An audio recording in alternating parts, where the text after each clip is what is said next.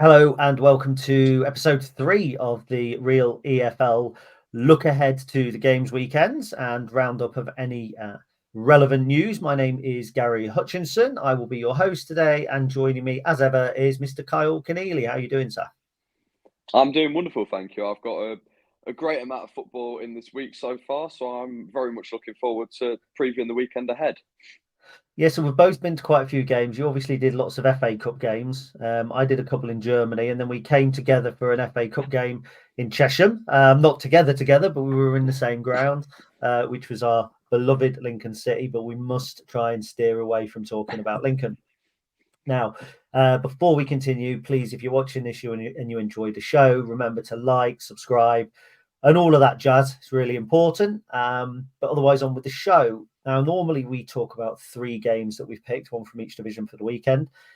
But some news has broken today that I think we really need to talk about first and foremost. So, Coventry City, 15 points in the Championship, which is level with the team in the third relegation space, but is also only 7 points behind the top 6, have dispensed with the services of long-serving manager Mark Robins. Robins joined the side, I believe, in 2017, so he's had 7 years at Coventry, won the EFL trophy, taken them from promotion out of League Two, won League One, and then into the playoffs with 1 game away from the Premier League. He's now been fired. Kyle, I mean, did it come as a bit of a shock, do you think? In some ways, yes. First and foremost, I'd like to point out I do not agree with this decision. I always quite a regular occurrence of these sort of scenarios when you get someone who is so successful that they raise expectations so highly that then when they don't exactly hit them expectations again, there is pressure. And I do believe from reading, looking at Coventry's Twitter, etc., that he was under a fair bit of pressure. But if you kind of compare their last couple of seasons, in which obviously they made the playoff final, as you say, against Luton, lost in the final. Last season, narrowly missed out on the playoffs again. They've always started slow.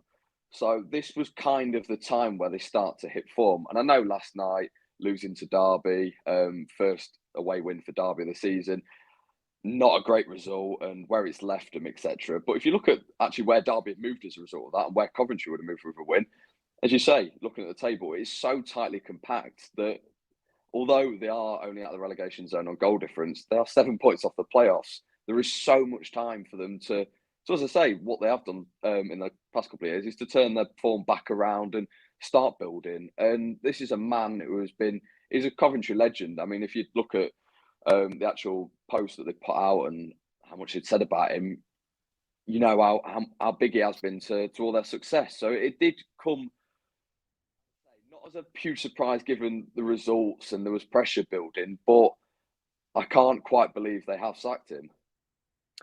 No, me either. I mean, you look at the last 4 results, actually, they've only lost the one, which was Derby, and they were putting Derby under a bit of pressure towards the end of that game. Paul Warne said that he was telling his players just to put the ball in the car park to secure the victory.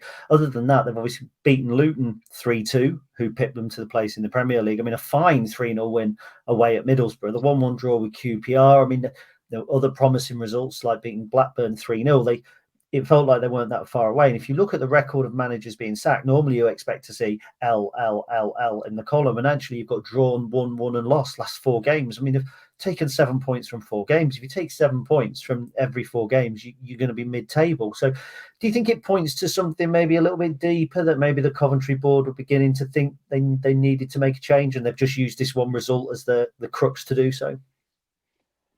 Yeah, I kind of guess they have done that in some respects. I don't know if there was just kind of the feeling that they'd progressed as far as he could take them, which I think would be really harsh to say because, as you said, there were literally penalties away from promotion to the Premier League. So I do believe he deserved at least this season to see where he could take them.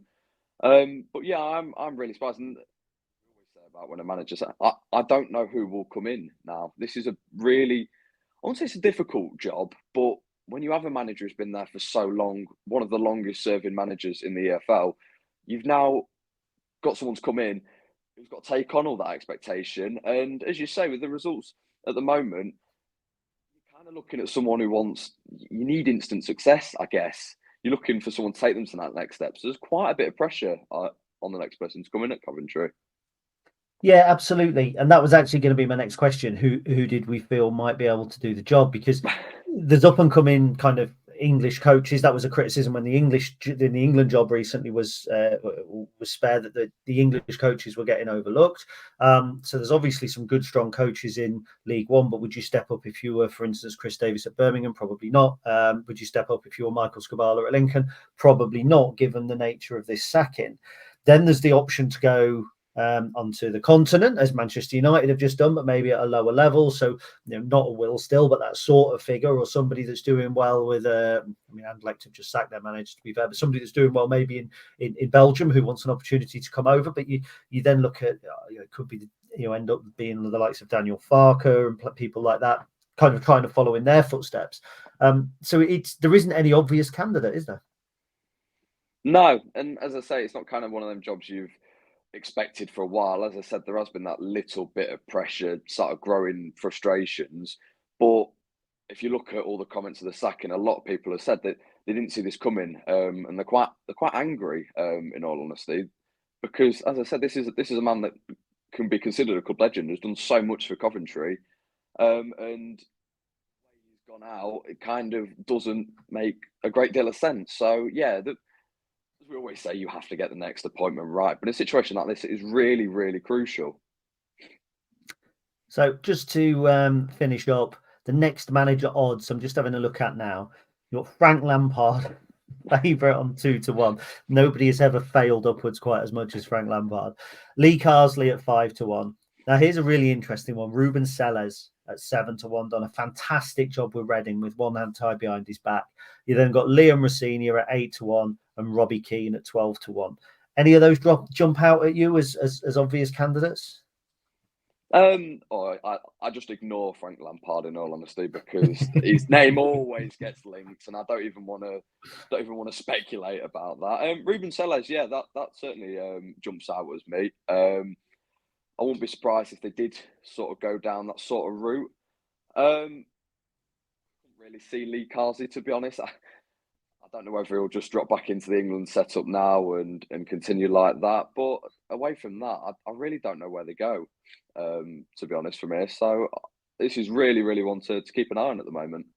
Yeah, it indeed. Now, one team in the Championship that often go down the continental manager route and seem to have made the right choice this time, given what a basket case they've been over the past few years, have been Sheffield Wednesday.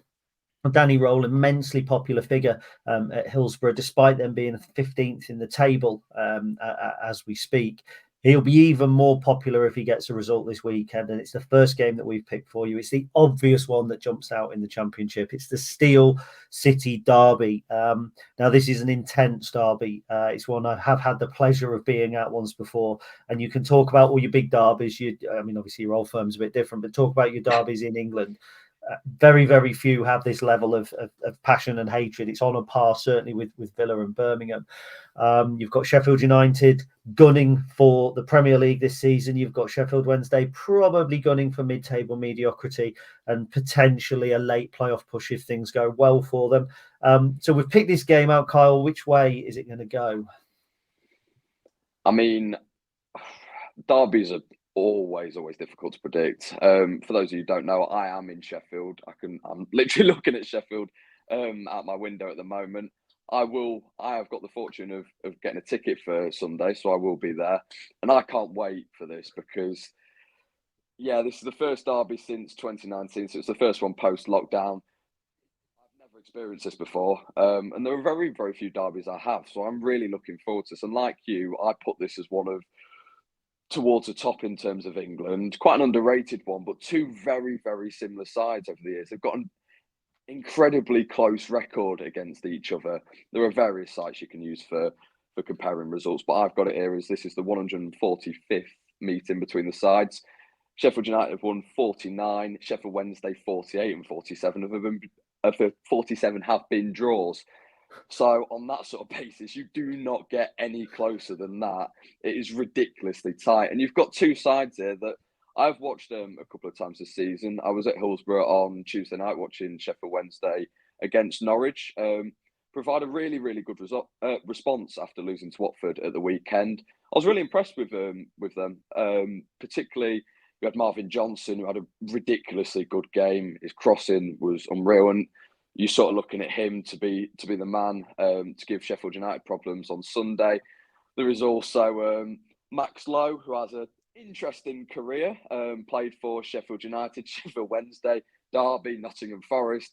So has been on the divide of both two different big derbies in England. So watch out for his reaction, for the reception he gets on Sunday. And then you've got Sheffield United, ridiculously good result in midweek, coming from 1-0 down at Bristol City, 98th minute winner. Just a little side note to this. Wednesday were winning on Tuesday night, and on the big screen at Hillsborough came on saying that Sheffield United had gone 1-0 down, greeted by great cheers of all the Sheffield Wednesday fans, put on Twitter, and then the guy who put it on Twitter got an absolute hammering after because Sheffield United went and won 2-1. And as a result now sits second. So on paper, this points towards a Sheffield United win, but you know how derbies are. The last 3 games, incidentally, have all ended 0-0. So I'm hoping for goals this time around. Well, the last Bramall Lane goal, that Sheffield Derby Bramall Lane goal, was actually 13 years ago. Sheffield United were 2-0 up in the first 20 minutes. Ched Evans scored for them. Stephen Quinn, with Sheffield Wednesday seeing Chris O'Grady and Gary Medine equalising. So that was the last time at Bramall Lane. Now, I sadly am going to incur the wrath of the blue half of Sheffield, but I will try and make amends at the end, because I think this has got Sheffield United written all over it. They are 5th in the division for shots per 90 minutes. They are 3rd in the division for touches in the box. They have won every game at home, League and Cup, bar one, I believe. I may have got that wrong. It may be every game, League and Cup. I think they drew 2-2 with QPR earlier in the season. It's the only time they haven't won at home. Bramall Lane is a fortress for them, and I think it's going to be really difficult. However, I will redeem myself by saying, first of all, Sheffield Wednesday are the 5th highest in the division for crosses into the box. So you just never know. You get it in the mixer and a goal might go in. I actually really like Sheffield Wednesday, if I'm honest. They are, as a man of a certain age, I remember them in League Cup finals, in FA Cup semi-finals, as a Premier League team with Chris Waddle and Trevor Francis and John Sheridan, and they were a big club. And in my mind, they're a Premier League club in the waiting. They're one of the biggest clubs in the Championship, probably outside of Sunderland. Sheffield United may be on a par. trying to sit on the fence a little bit here, but I think that this is a rivalry that may not have had many chapters over the last few years, but I firmly believe under Danny Roll, Sheffield Wednesday will remain an established Championship club, and that will mean many more Steel City derbies. I've done my prediction. Kyle, you're actually in Sheffield and you're going to the game. People will now know your face. So if you say anything other than a draw, which end are you sitting in, first of all? I'm in the Sheffield United end. And so who's going to win? Sunday, yes. I will back Sheffield United to win 2-1. I don't really think that you could do anything else, could you? Because sitting in that end of the ground. No, probably not. No, I do firmly believe they'll win this, purely all the stuff you've just listed. They've only lost twice in the league. Both came in consecutive games, losing at Leeds and then Middlesbrough, both fairly close games. And aside from that, they've been really, really good defensively. I believe only Burnley have conceded fewer goals in the Championship this season. So I don't expect masses of goals. And as we've just said about the 3-0 draws beforehand, I just think they will have enough quality on Sunday to win the game.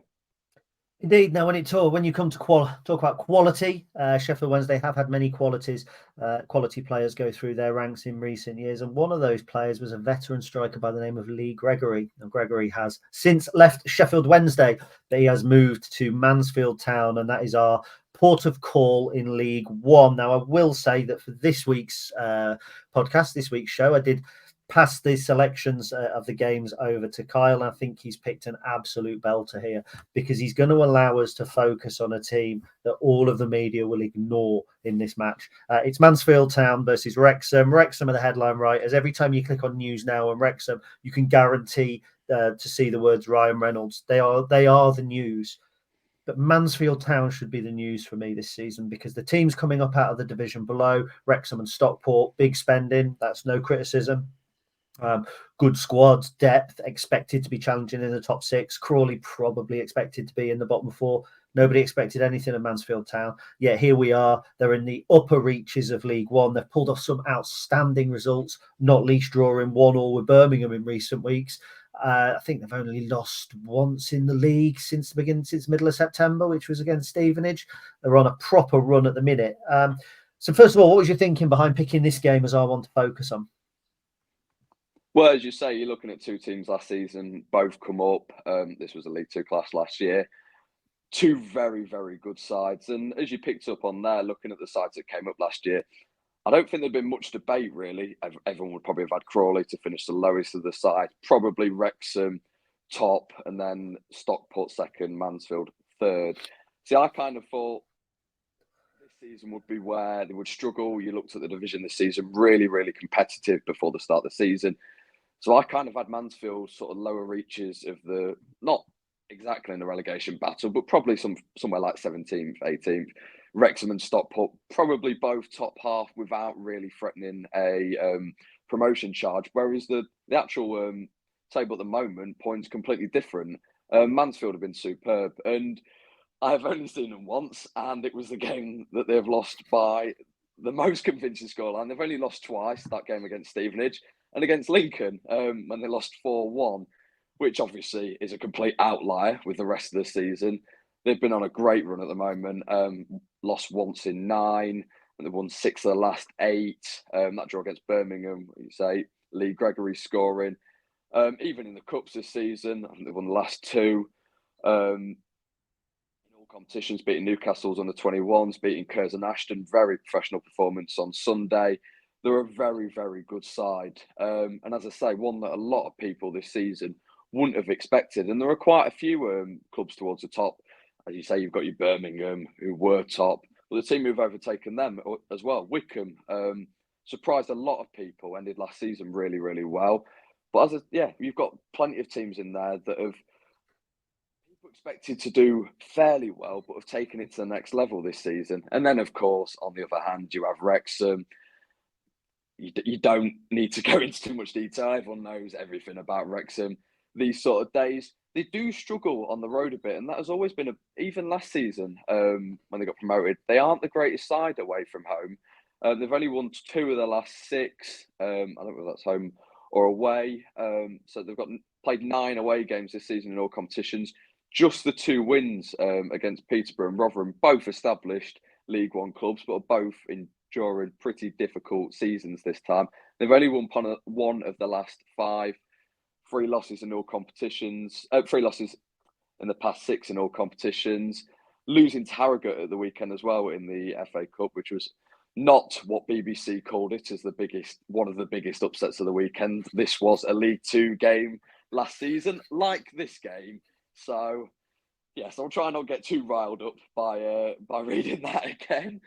But yeah, you've got a really, really good game on our hands this weekend.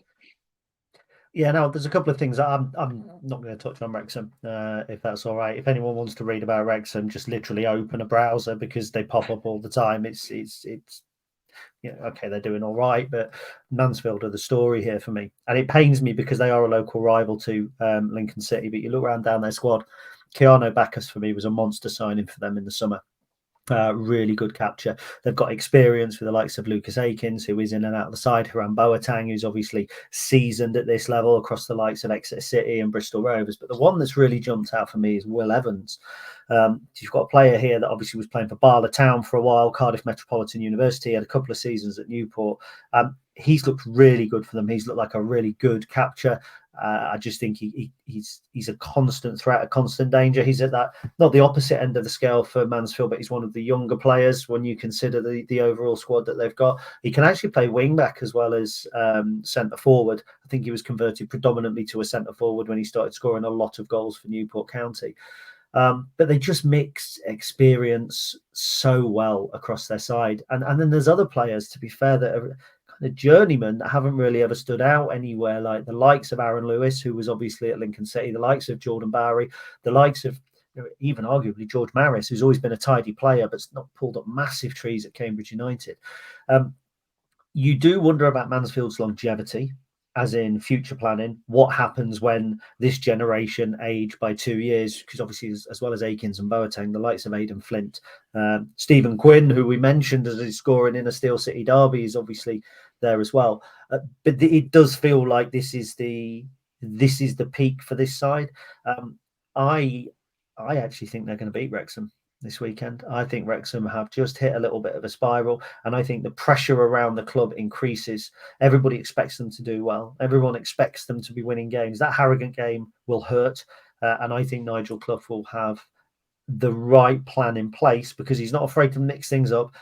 He's not afraid to play the underdog. He was brilliant at Burton in the when he was there, at playing the underdog, at playing the bigger teams, at getting the results.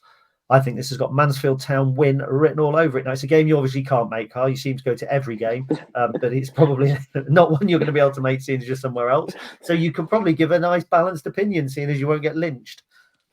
Yeah, I can for this one. I also agree with you that Mansfield will win. I think there'll probably be a fair few goals in the game. A couple of points you picked up on there. Will Evans, I did the League Two podcast last season, so I really like the look of him. And yeah, as you say, they have got that really, really good experience. And in a game like this could really count well for them. I will, because you didn't particularly want to touch on Wrexham, I will briefly mention them. FA Cup result, I think it was the first time they've gone out in the first round in the past few seasons. And yeah, as we spoke about with Coventry and Mark Robbins earlier, I'm not saying by any means that Phil Parkinson's under any pressure at the moment, but there is that point when you get a team like this who just win consecutive promotions, that I think they always expected that this would be the league where they would potentially struggle. And I'm not saying, again, they're struggling at the moment, but there is going to be that time where they start to struggle and they don't win as many games. It's going to happen. Like last season, they are not going to win as many this season as they did last year. It just happens. So they've got to be prepared for that. And when you're on such a momentum, all that good feel around the club, and that happens, it's quite difficult. And obviously, the last couple of years, you had all the FA Cup upsets around it as well, and the lovely Hollywood story that got mentioned every time. And obviously, this time hasn't happened. And they were always going to struggle to maintain that sort of FA Cup run of results because you just can't maintain it. The more you got the divisions, you're not going to probably beat your Premier League teams in the Cup. So they have got a difficult season, but they've got to sort of become grounded and know where they are this season. And I know the sort of Wrexham fans that have seen them over the years and were with them in non-league will know that, and they will appreciate where they are at the moment. But sort of, and I don't want to just go on about your newer fans and lament them and go, oh, this is, they won't understand all this, but they have just got to accept sort of where they are at the moment, and they are going to struggle in certain games. So we will move to a Mansfield rival in Nottinghamshire for our League Two roundup. There's not an easy segue into this, but we are actually picking third and fourth. Again, it was third and fourth in League One and third and fourth meet in League Two. It's Notts County and Doncaster. It's a game that won't define a season, but it will certainly be one that both teams will be eager to take 3 points on, with 3 promotion places at the top of the automatic promotion places at the top of the table. One might argue League Two is the easiest one to get out of. Doncaster and Notts County won't be feeling that at the moment. Notts County have been on a great run. Don't think they've lost in the league since the 5th of October. Doncaster have been on a really good run as well under Grant McCann, although he'll obviously be itching to go back to Peterborough when they finally sack Darren Ferguson, because you can't take anybody else on at Peterborough than McCann or a Ferguson. So this looks like a really good game, a really tasty looking game on paper. Notts County started really well with Jody Jones and Dan Crowley. They were everybody's EFL Fantasy League picks. Jody Jones got injured, Dan Crowley's dropped off, and now Giovanni Brown and Alessano Jatta have picked up the mantle. So they are ridiculously talented. I think Notts County are on a collision course with League One, but will that shine out through tomorrow, Kyle Keneally? I'm not so sure, to be honest. As you say, 2 really good sides. I want to start with Notts County, as you say. one loss in 7, which was against Port Vale, who are obviously very, very good this season. There are a couple of stats I would like to pick up on. So everyone spoke last season about sort of Notts County's drop off, and they were scoring and conceding for fun in equal sort of measure. 89 goals scored last season, 86 conceded. So it was an average of 3.8 goals per game. This season has been a lot lower. They're conceding less than a goal a game, 2.43 goals per game, instantly this time around. So they have tightened up a fair bit this season, which is why, and I know last season they started well, but they were purely outscoring teams a lot of the time. I think I saw them a few times, and at least one of the games ended up 4-3. Whereas this time, as I say, they are still scoring, probably not at the same sort of level as last season, but they're a lot better defensively. They've had a couple of 1-0 wins against Harrogate and Wimbledon at home. So, yeah, you're looking at a team that I agree, I think have probably got what it takes this time to get promoted. The players that have stepped up, you say, yeah, Alessandro Jatta, David McGoldrick, both scored 6 in the league. Giovanni Brown, who got 2 goals, 2 assists on Friday night against Alfreton. And when Jody Jones comes back in the new year, they will have a different dimension to them. And you are looking at probably the best player in League Two. On the other hand, Doncaster, everyone spoke about again last season. Pretty much not completely the opposite to Notts County, but had started really, really poor and then went on that ridiculous run that took them to the playoffs and then didn't quite work out for them in the playoffs. But again, they've started well this year.